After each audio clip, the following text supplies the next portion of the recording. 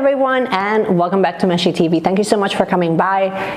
Today we're talking about some basic misconceptions that I used to have before I started learning about what mindfulness is and have an actual regular mindfulness practice. So we'll go into some juicy stuff of what some of those misconceptions are. But if you have been wondering what mindfulness is not, then this video is definitely for you. So let's dive right in.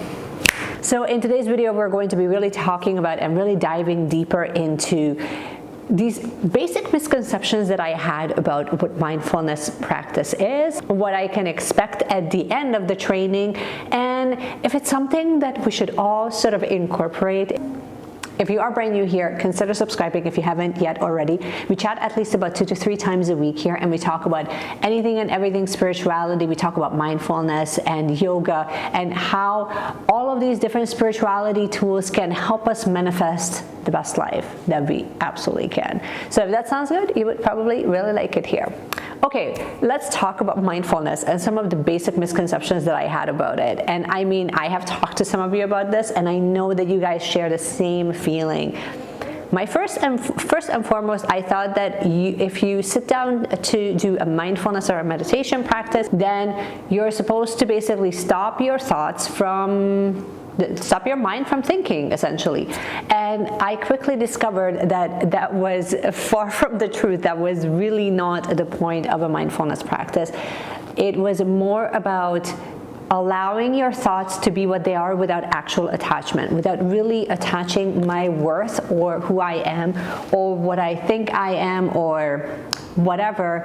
I really needed to learn how to disassociate myself from my thoughts, because they're two separate things. I always used to think that if I have negative thoughts, then I am negative, but that's not really the case at all. So another thing that I had as a misconception with mindfulness was that you had to sit still in order for you to have a mindfulness or a meditation practice.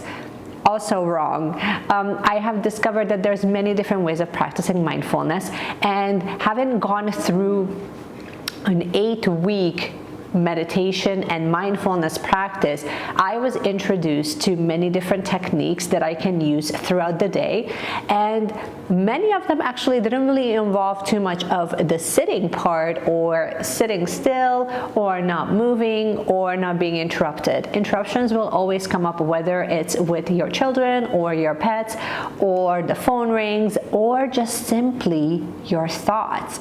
I had, especially the first couple of weeks, I was really struggling with that, because I was really trying to create the perfect environment where I can sit down and have my practice. I had my meditation cushion and I had, you know, the eye pillow and all the things, and I still found myself about 5 to 10 minutes into the practice to get like really distracted. And even if my pets didn't distract me or my children didn't distract me, I still found that I couldn't sit still for too long, until I gave myself permission to just move and adjust as I needed to. Especially if my baby was crying, then I definitely knew that I'm not going to have a half an hour or a 45-minute practice right then and there. So one of the biggest things that I have learned throughout this whole process is to actually just allow the practice to be what it is without really me wanting to change it. That brings me to my next point. I also used to think that I needed to control all aspects of the training or all aspects of the practice in order for me to get the most amount of benefit from it. Perhaps you have heard some people say, like, I want to do it properly. I need to do it perfect. And all of these things, as I learned along the way, were all about striving, about attachment to a certain outcome. I had an attachment to how this practice should be in order for it to be beneficial. And while there is sort of a basic framework around what a mindfulness practice, I have really learned along the way to really adjust and become a little bit more flexible and adjust it to what my lifestyle is currently. And it's not to say that it will not shift and evolve as time goes on. And that one insight in itself has given me such freedom, because it gave me the freedom to not make myself feel guilty or feel shame about not matching this ideal that I have built up in my head of how the practice should be.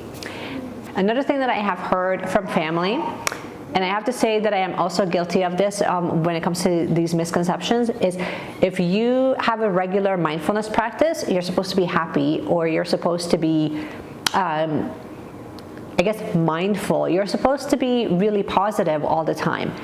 Also not true. Most of the people that practice regularly, they're just like you and me, except the main difference is that now they have a lot more tools in their tool belt when it comes to really responding to life stressors. That was one of the biggest that I had to understand, that I can choose to be happy right now. I don't need a practice. I don't need a magic wand. I don't need a magical anything to happen. And I definitely don't need more stuff in order for me to just be happy. I can just choose to be happy with how things are, with what it is right in the present moment. That also brings me to another point, that besides having this idea that I'm supposed to stop my thoughts, I also used to think that the people around me will also change. So I had this idea that if I have all of these different practices, there's no way we're going to get through this without him. So here we go. Everybody meet Noah. So I used to also think that if I have all of these different practices like yoga and meditation and mindfulness and have enough crystals and all of these things around me, then that will actually change people around me, which was so false. And I can see that right now, because what it actually gave me, it just gave me the tools for me to manage my own expectation and the way that I respond to people around me. It just gave me the freedom to really respond to people around me, understanding that I couldn't really change people around me anyway, and that wasn't really the point. I wasn't supposed to change people. I was supposed to actually learn how to coexist with everyone around me without attachment, without expectation of what the relationship should be, instead of just letting it be exactly what it is without any attachment to the outcome. And also learning and understanding that people around me also change just as much as I change and I evolve with time.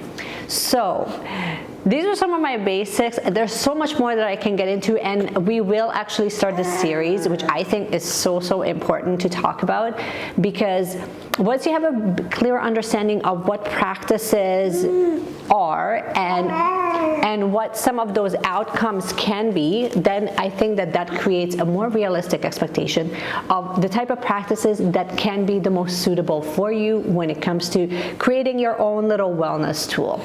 Sometimes we overcomplicate things. I also think that sometimes our mind creates all of these different recipes and ideas of what we need in order for us to feel better, because our mind is complicated. It's a complex thing. So let me know in the comments below if you have a mindfulness or meditation practice, what it is, how long it is. I would love to hear from you. And also let me know if you have had any of the misconceptions that I have shared in this video. I want to know if we share the same mindset, or if we made the same mistakes as I have in the past. Let me know in the comments. I would love to hear from you. If you have enjoyed this video, you can give it a thumbs up. You can also subscribe to the channel if you haven't yet already, and just keep shining your light, because you're just so much more powerful than you think. And I will see you guys again in my next one. Bye.